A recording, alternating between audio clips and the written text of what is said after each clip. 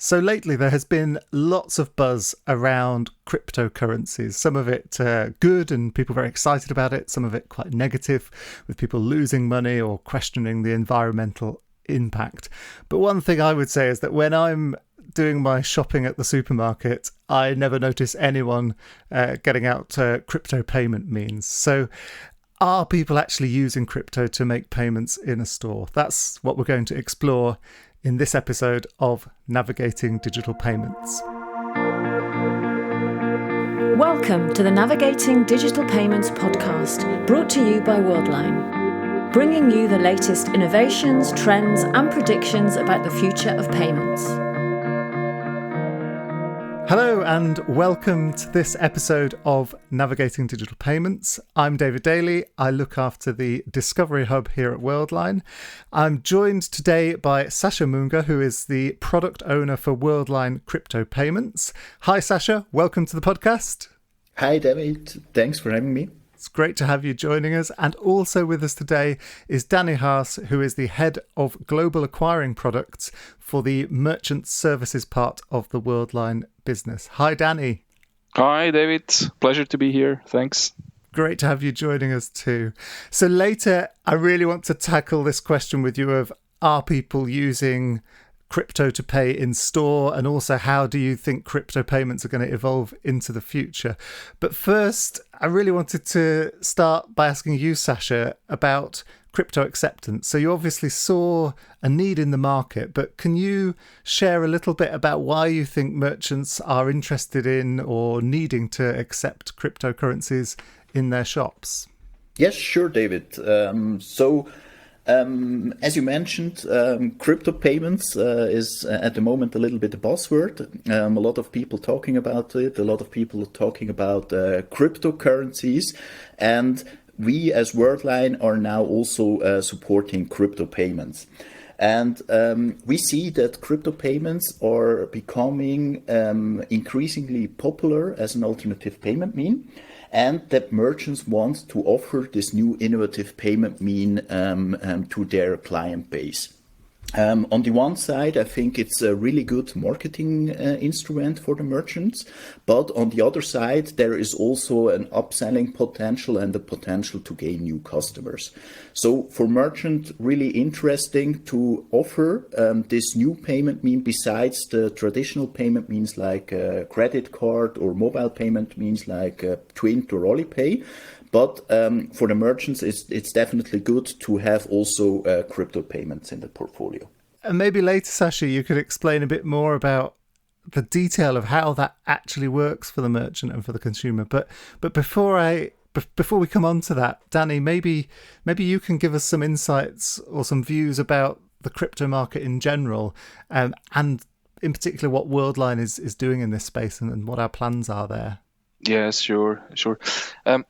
I mean, as everybody knows, I mean, the whole crypto market since last 10 years has been going through many cycles, ups and downs, and even, let's say, bubbles. It has become very trendy. So I think we are, as Worldline, are particularly interested in the new way of payment using such a technology like blockchain, and how such a new technology, including the cryptocurrency, stablecoins, whatever, could be used as a payment mean, basically for consumers to pay online or in store. So that's something we definitely want to explore. It's also a fact that as a big payment company, global payments company, we need to gain expertise, know-how in this area. Whether it will be the future or not, I mean, this will show the future. Nobody knows. Nobody has a clear view or can predict the future exactly. But we really believe it's a big trend. It has a huge potential technology-wise, and we decided to grow the expertise, to experiment in this field, and as well to challenge kind of the merchants. Do they really want to accept? And on the other side, consumers, do we really see payments with that? So we at Worldline then decided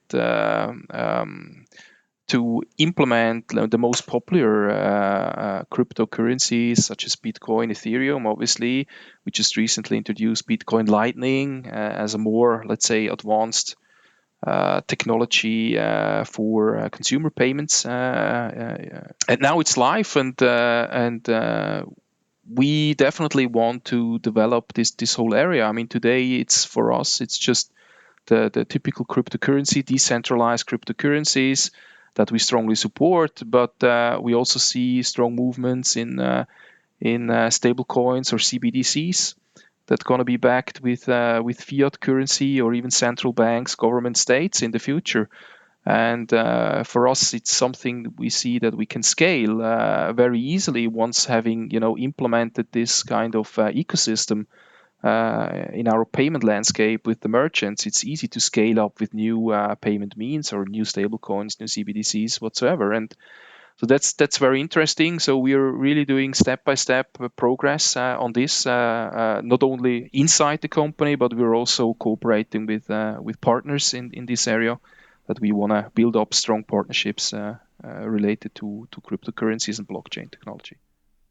And it's interesting, isn't it? Because I think with cryptocurrencies, if we look at them as a kind of digital version of cash, I don't know if that's a good metaphor or not, but of course cash has always acted, it's had two use cases. One is a store of value, so it's something you can put under the mattress, and of course it's a means of payment. And I think, my view is that, at least to start with, crypto was more being seen as a store of value and potentially also as let's be honest, a kind of speculative investment, people buying some crypto hoping that the value of crypto would increase.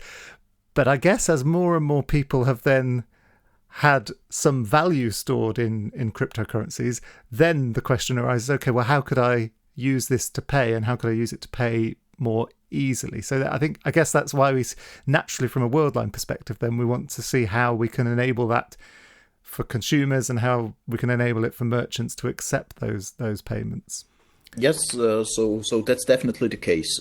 So as you mentioned, cryptocurrencies are currently seen as an asset. So a lot of people are investing in cryptocurrencies.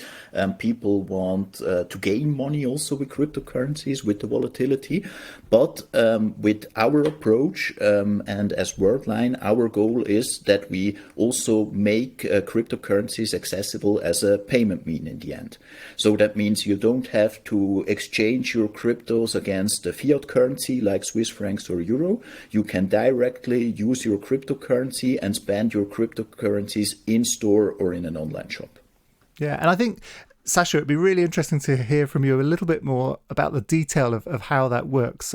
But before we come on to that, let me just let our listeners know that we have another bonus episode coming up where Sasha will join us again, and we'll also have Christian Baumann on that episode where we talk about the metaverse. Also, just to remind you that if you want to get in contact with us, propose topics for future podcasts, give us any feedback, you can reach us by emailing ndp-podcast@worldline.com. And also a reminder to please, if you haven't already, subscribe to our podcast and leave us a review. So Sasha, coming back to this point of how it works, what does it look like for a consumer when they're buying something with their Bitcoin or their Ether? And what does it look like for the merchant when they're accepting payments in those forms? Yes, so basically with our solution, Worldline Crypto Payments, we try to keep the payment process as simple as possible. So this is really one of our main goals. And basically in our process for the merchant, we offer a bring your own device solution. So that means the merchant is able to directly download the Worldline Crypto Payments app from the Google Play Store or the Apple App Store, and then start accepting cryptocurrencies right away. And then regarding the payment process, when the merchant will open the app, the first thing the merchant sees is a cash register. In this cash register, the merchant is able to type in the fiat amount. So, for example, 100 Swiss francs or euro. And then in the next step, the merchant can select if the end consumer wants to pay with Bitcoin, Bitcoin Lightning or Ethereum. And after this selection is done, a QR code will be displayed, and this QR code can be scanned with any common crypto wallet. So, for example, with the Coinbase wallet, but also a Mycelium wallet, for example. So our goal was also to offer our solution in an open ecosystem. So we are not restricting the wallet side. And the end consumer is able now to scan this QR code and to perform the payment directly within the wallet app. And after a few seconds, the payment confirmation will appear in the app, and then the payment process is finished. And just coming back to the slightly tongue-in-cheek comment I made at the start about I don't see people paying with crypto, I guess actually visually, in terms of the exchange, this looks very much like a classical QR code mobile payment. It's not so different in terms of what I would see at a distance looking across the shop. Is that right, Sascha? Exactly. So the idea is that we have a full integration for our crypto payment solution. So that means the payment process is really similar to other payment means like the mobile payment scheme Twint in Switzerland or the Asian brands Alipay. And this is also important for the end consumer, because the end consumer then already knows the payment process, already knows, okay, I need to scan a QR code. And this is why we designed this payment process for crypto payments similar to other payment means or to other mobile payment means. And in terms of the consumer spending their crypto, they see the amount coming out of whichever crypto wallets they are using. What does it look like from the merchant side? How do they get their funds? Do they have to have a crypto wallet? What's happening on their side? So from a merchant perspective, we are offering a low-risk solution to the merchant. So that means we hedge every crypto transaction immediately after the payment confirmation against fiat currency, so against Swiss francs, euro, for example, to keep the currency risk for the merchant as low as possible. And I think this is also very important because I believe that the merchant don't want to deal with any crypto risks or any volatility risks. And this is why we are hedging all crypto transactions right away after the payment confirmation. And we pay out the merchant bundled with other payment means. So that means the merchant will get one payout from Worldline with all the different payment means the merchant is offering. Again, just to fully clarify for me there, Sascha. So if I'm the merchant and I request €100, I'm guaranteed that I will receive €100 in fiat. Is that what that translates to? Exactly. That's our offering. So the merchant requesting €100, and as soon as the transaction is successfully completed, the merchant will get €100. Because I think that's, at least intuitively to me, one of the points that crypto has been relatively volatile. And clearly for some people, that's the excitement of crypto. I'm not saying whether that's right or wrong, but that's clearly been the draw for some people. But I guess the majority of merchants just want to know that they're going to get the money that they've asked for. You know, if they're charging €100 for a product, they want to know they'll get €100, and they don't want to get €50 because the value of a Bitcoin changed between the time they offered the product and the time it was settled. So I guess that's where that provides quite a lot of security and safety from a merchant perspective, doesn't it? Exactly, and this is also the feedback we get from our merchant base. So our merchant base is not interested to deal with any currency risks during a payment transaction. And this is why we are offering a risk-free solution with Worldline crypto payments, and the merchant doesn't have to deal with any currency risks, and we handle this within our solution. And I guess then coming right back round to that question we started off with about, are people really using crypto to pay in store today? So I guess, Sascha, Danny, do you have a view on how much people are using it currently, but also how you think that might evolve into the future? Yes, I mean we do obviously know how many transactions we process.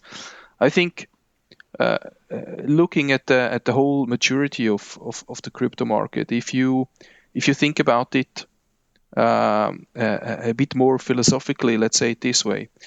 I mean, crypto today is a kind of an alternative asset class, in my opinion. If you compare it to other asset classes, traditional asset classes like gold or other things, I mean, crypto in general, not only Bitcoin, but the whole crypto environment is pretty small. So, and I strongly believe that people use it today as speculation. You mentioned before. And obviously, as the asset class is still quite small, you have a lot of volatility in that market because a lot of bigger speculators can influence prices of smaller asset classes much easily.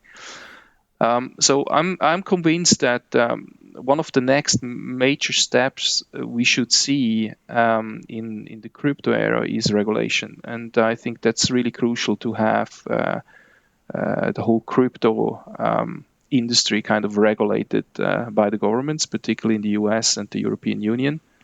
As soon as this is happening, I strongly believe then we're going to see a major injection of bigger investors then allowed to buy such assets, because you have a lot of people, investors, they're not allowed to do it because it's not regulated. So, and if we're going to see this movement and the asset class becomes bigger, then I'm convinced also volatility will go down.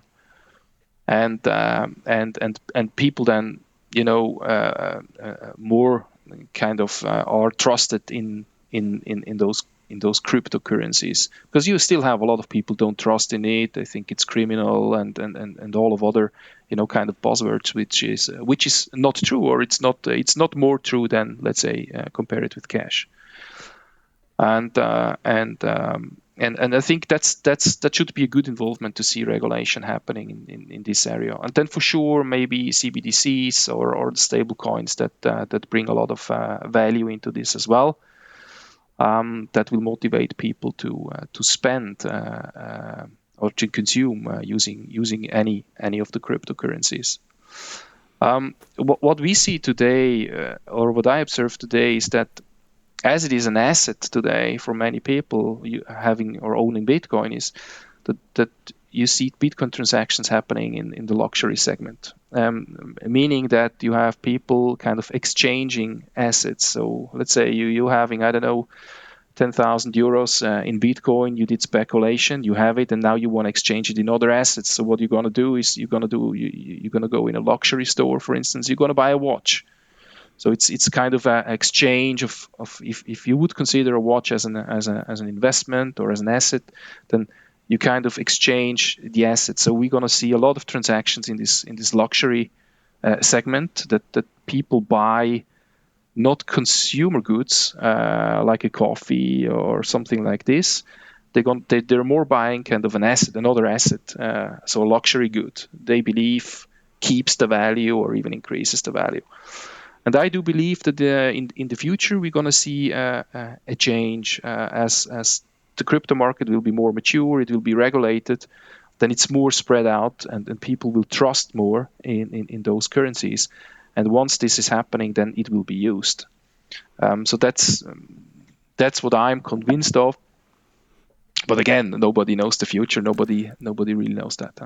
And I don't know why, Danny, but I feel compelled, firstly, to say we're not offering any investment advice, and also to remind people that, particularly in recent times, people have lost significant amounts through investing in crypto. So there have been gains, but there have also been losses as well. But I think we did have a discussion, I remember in the Discovery Hub, around the fact that people's approach to using money that they see that they've won, let's say, versus money that they've earned is quite different. And I think that speaks to what you were saying about the luxury segment, is that if you feel like, I now have 10,000 euros that I I won, whether that's at a casino or, investing in crypto or whatever, people's attitude to that is different to if that's 10,000 euros earned through their job. But also, as you say, regulations, and certainly I would think central bank digital currencies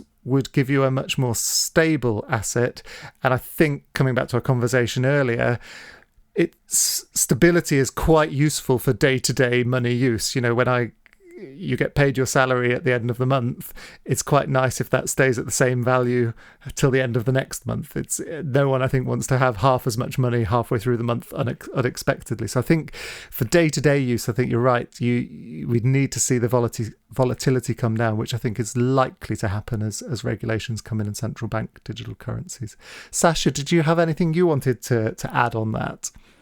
Yes, so I also believe that the regulation part is really important. And also, as you mentioned, so I think the volatility at the moment is a big problem for cryptocurrencies to be accepted as a payment mean. And I think, and here I share the opinion with Daniel, that CBDCs, so central bank digital currencies, or also other private issued stable coins, are the future for crypto payments and for payment use cases in general in the future. So yeah, definitely an interesting development ongoing here at this point of time. So we see different central banks experimenting with central bank digital currencies. We have also the European Central Bank working currently on a digital euro. So I think this could be also a very interesting story. But from a Worldline perspective, we believe that also today, and this is also what Daniel mentioned, is that we also see today already a need from people to pay with cryptocurrencies, especially in the luxury segment, as Daniel mentioned. We also see some other segments coming up, like the restaurant, hotel segment. But we also see a trend that people using cryptocurrencies for low-value transactions. But for low-value transaction, it is important that we cannot use Bitcoin or Ethereum, because for Bitcoin and Ethereum, the fees are a little bit too high to buy, for example, a coffee for €2. And this is why we have also integrated Bitcoin Lightning. So Bitcoin Lightning is basically a second layer protocol on top of the Bitcoin blockchain. And with Bitcoin Lightning, we have much lower fees for a processing of the crypto transaction in the blockchain itself. And we have also a better environmental footprint, because not all the transaction will be directly mined in the blockchain. And this helps also to get a better environmental footprint. But in summary, from my point of view, we can definitely say that crypto payments are here to stay. I think this is an important message. And yes, of course, we will see some development in the crypto space with stable coins, with central bank digital currencies. But in 5 years from now, a lot of peoples will pay with cryptocurrencies, be it with the digital euro or another stable coin, or even Bitcoin or Ethereum, as they can do it already today. And it seems to me, Sasha, but I could be wrong, that of course once you've started accepting cryptocurrencies, so you mentioned the 3 already supported by Worldline, it's not such a big step to introduce acceptance of another digital currency if we see one gaining significant traction in the market, and already the users and the merchants are used to using crypto payments. So is that part of the kind of strategy, that actually if we see digital euro take off or another cryptocurrency take off, then we could quickly implement those and enable merchants to accept payments with those currencies as well? Exactly. So that's definitely our plan. So and this is also the way how our solution works. So we are able to add new cryptocurrencies to our coin portfolio in a really short period of time. So that means 1 or 2 months. And we are currently observing the market. And if we see the need from the market or from our merchant base that they want to accept an additional cryptocurrency, then we are also able to add these cryptocurrencies to our coin portfolio. Excellent. So quite a flexible and agile approach that if we see other cryptos taking off, then we can adapt our offer so that merchants can accept those. So I guess to summarize the discussion, we started looking at why merchants would want to accept crypto. We talked a bit about the luxury segment and that crypto is starting to be on the rise, that we see there is a definite future for crypto and digital currency acceptance. We expect that volatility will probably come down and regulation will increase over time, but that is actually going to probably drive more use of digital currencies to pay rather than limiting them. And coming back to that question of people using it in store, I guess the reality is it's a relatively small segment of the market that has crypto and is wanting to pay with crypto at the moment. But also, as I said, you wouldn't necessarily notice that someone is paying with crypto. They'd just be getting out their mobile phone to pay, and it probably looks very similar to any mobile payment today. But of course, it seems very likely that this is going to become more and more prevalent as cryptocurrencies develop over the next 3 to 5 years. So, been a really fascinating discussion. I just want to thank you both for joining this episode of the podcast. So thank you very much, Sasha. Thank you, David, for the discussion. Very interesting.